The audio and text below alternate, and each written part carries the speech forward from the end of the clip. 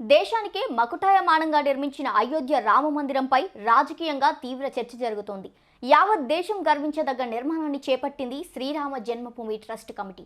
అయితే దీనిపై కాంగ్రెస్ అనేక రాజకీయ విమర్శలు చేస్తుందని విమర్శిస్తున్నారు బీజేపీ నేతలు. తాజాగా కేంద్ర మంత్రి ధర్మేంద్ర ప్రధాన్ కాంగ్రెస్ పార్టీకి చురకలంటించారు. శ్రీరాముణ్ణి ఊహాజనితంగా భావించే కాంగ్రెస్, ఆ పార్టీ నాయకులు శ్రీరాముని ఆలయ నిర్మాణాన్ని ఎలా అంగీకరిస్తారని విమర్శించారు. అయితే అయోధ్యలో నిర్మించిన శ్రీరాముని ఆలయానికి జనవరి 22న ప్రాణప్రతిష్ఠ కార్యక్రమం జరగనుంది.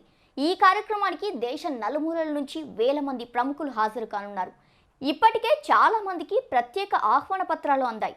దేశంలో ప్రధాన ప్రతిపక్షమైన కాంగ్రెస్ అధినేత్రి సోనియా గాంధీ, ఏఐసిసి అధ్యక్షులు మల్లికార్జున్ ఖర్గేతో పాటు పలువురికి ఆహ్వాన పత్రం అందింది. అయితే అయోధ్య రామ మందిర ప్రతిష్టాపన మహోత్సవానికి రావడం లేదని బుధవారం సాయంత్రం కాంగ్రెస్ స్పష్టం చేసింది.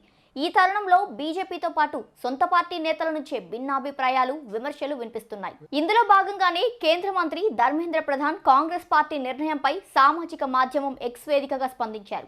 శ్రీరామ మందిర నిర్మాణానికి అడ్డంకులు సృష్టించడంలో ఏమాత్రం ఆలోచించని కాంగ్రెస్ ఈ మహోత్తర సందర్భాన్ని ఎలా ఇష్టపడుతుందని విమర్శించారు. ప్రాణ ప్రతిష్టకు రావాలన్న ఆహ్వానాన్ని తిరస్కరించడం ద్వారా శ్రీరాముడితో పాటు శ్రీరామ మందిరం పట్ల కాంగ్రెస్ మరోసారి తీవ్ర ఆగ్రహం వ్యక్తం చేసిందన్నారు.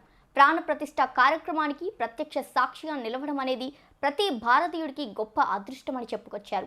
అలాగే కాంగ్రెస్ నేతలు బుజ్జగింపు రాజకీయాల కోసం ప్రజల మనోభావాలను పక్కన పెట్టడం దురదృష్టకరమన్నారు. మోడీ, బీజేపీని వ్యతిరేకిస్తూనే కాంగ్రెస్ దేశాన్ని కూడా వ్యతిరేకించడం ప్రారంభించిందని కీలక వ్యాఖ్యలు చేశారు. ఈ క్రమంలోనే శ్రీరాముణ్ణి కూడా వ్యతిరేకించడం ప్రారంభించిందని ట్వీట్ చేశారు.